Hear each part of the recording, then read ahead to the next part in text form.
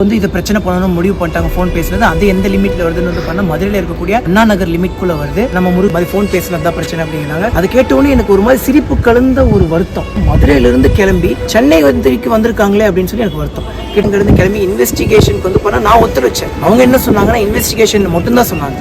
So அங்கேருந்து கிளம்பி வரோம். இங்கே வந்து பண்ணால் கிட்டத்தட்ட ஒரு 3:30 மணி 4 மணிக்கு வந்து பண்ணால் மதுரைக்கு வந்து ரீச் ஆகிறோம். மதுரையில் வந்து ரீச் ஆகி என்ன கேஸுன்னு கேட்குறோம். கேஸை சொல்லலை. கேஸ் கேட்டுக்கிட்டே இருக்கும். என்ன கேஸ்னே சொல்ல ஃபோன் கேஸுன்னு மட்டும் தான் சொல்கிறாங்க. அதுக்கப்புறம் சொல்கிறாங்க 279, அதுக்கப்புறம் அதிவேகம், அஜாக்கிரதை, அப்படி இப்படின்னு அவ்வளோ கேஸ் போடுறாங்க.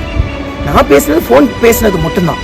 அப்போ ஃபோன் பேசுனது மட்டும் தானே போடணும். எதுக்கு அந்த அதிவேகம் போடணும்? அதிவேகமான பயணிக்கலையே. டோல்கேட் இருக்கு, டோல்கேட்ல நிப்பாட்டுறோம், அவ்வளவு ஸ்லோ வரும். எல்லாமே கேமரால ஸ்பீட்ல இருக்கு இல்லைங்க, எல்லாமே கேமரால ரெக்கார்ட் ஆயிருக்கு இல்லைங்க, நம்ம என்ன வேகத்துல போனோம்னு சொல்லி. அப்படி இருக்கும்போது எப்படிங்க இங்க அதிவேகம்னு ஒரு கேஸை வந்து போடலாம்? எனக்கு அதுவே வருத்தங்க. என்னடா இவ்வளவு ஃபேக் கேசஸ் போட்டுட்டு இருக்காங்களே அப்படின்னு சொல்லி எனக்கு அதிர்ச்சி. ஒரு இப்படிதான் பண்றாங்களே, ஒரு வளர்ந்து வரும்போது தட்டி கொடுக்கலனாலும் பரவாயில்ல, இப்படி ஏறி மிதிக்கிறாங்களே அப்படின்னு சொல்லி ஒரு வருத்தம். ஒரு யங்ஸ்டர்ஸே இப்படிலாம் பண்ணக்கூடாது.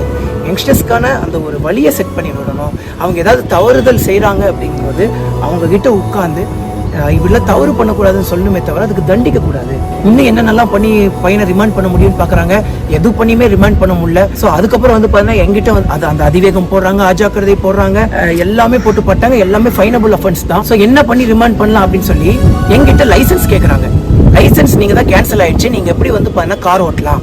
ஸோ அதனால வந்து பார்த்தீங்கன்னா உங்களை அரெஸ்ட் பண்ணி நாங்கள் வந்து நீதிமன்றத்தை கொடுத்து உங்களை வந்து ரிமாண்ட் பண்ண போகிறோம் அப்படிங்கிறாங்க. அங்கே நான் எல்எல்ஆர் எடுத்து காரோட எல்எல்ஆர் எடுத்து வைக்கிறேன். அவங்க எல்லாரும் ஷாக்.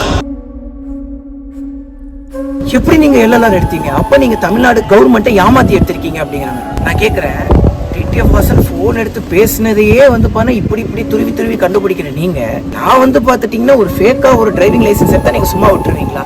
முதல்ல நான் எடுத்திருக்க முடியுமா அப்படின்னு சொல்லி கேட்கறேன். அப்ப எப்படி எடுத்தீங்க அப்படின்னு சொல்லி கேட்கறாங்க. என்னோட பழைய லைசன்ஸை கேட்கறாங்க. நான் பழைய லைசன்ஸ் எடுத்து கொடுக்குறேன். என்னோட பழைய லைசன்ஸ்ல நான் கடவுள் அன்பாலையும் நல்ல உள்ளங்கள் அன்புனாலையும் வந்து பண்ணா என்கிட்ட பழைய லைசன்ஸ்ல பைக் லைசன்ஸ் மட்டும்தான் எடுத்திருந்தேன்.